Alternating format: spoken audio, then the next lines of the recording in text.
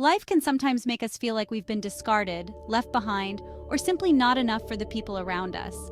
Whether it's a job, a relationship, or a friendship, the sting of being done with can leave us feeling empty, lost, and uncertain. But here's the truth. Just because they are done with you doesn't mean that God is done with you. In fact, as long as God is still working in your life, there is hope, purpose, and a future waiting for you. You know, God, not them, created you. God, not them, holds your life in His hands. And most importantly, He hasn't given anyone else authority over your future. He's kept that securely in His hands. So when people walk away, when circumstances seem impossible, when doors shut in your face, remember this: God is not done with you. Your present journey is just a pass-through. Sometimes we mistake our current situation for our final destination, but where you are right now isn't the end of the story. It's just a chapter in the book of your life. Think of it like a journey. You're not stuck. You're passing through one of the roads you need to travel to get to the other side. Every book has chapters, and every chapter has a beginning and an ending. This part of your life, as hard or confusing as it may be, will end. And when it does, you'll find that the next chapter is greater than what you've left behind.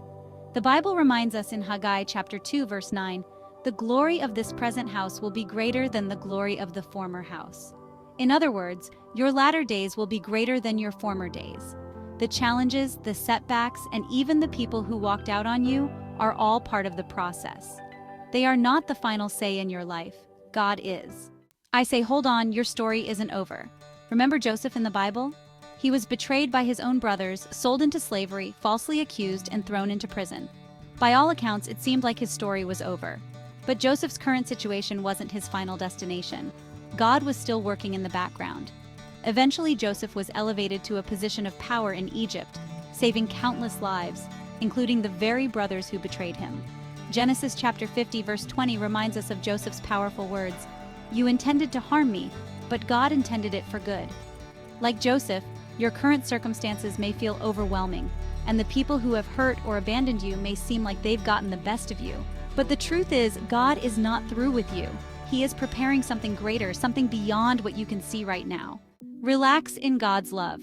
When we understand that God is not finished with us, we can relax. We don't have to carry the weight of other people's opinions about us. Instead, we can refresh ourselves in the light of God's everlasting love. He sees you, He knows your name, and He knows every detail of your life. Your pain, your frustrations, your hurt, your broken heart. He knows that you feel crushed, that you've been praying, fasting, and waiting. God knows all about your situation, and He has a plan for your future.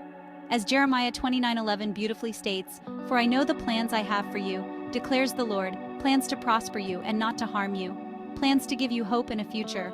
God's plans are always for our good, and nothing anyone else does can change that. As long as you are alive and still breathing, it's a sign that God's plans and purpose for your life are marked active. So take heart. God is still writing your story. Where you are right now is not the end of your story. It's just one chapter. And as with all chapters, it will come to an end. The next chapter is already being written, and it's going to be greater than anything you've experienced before. If they are done with you, God is not done with you. Relax in His love, trust in His timing, and watch as He takes you to the next level of your life, a level you never thought possible.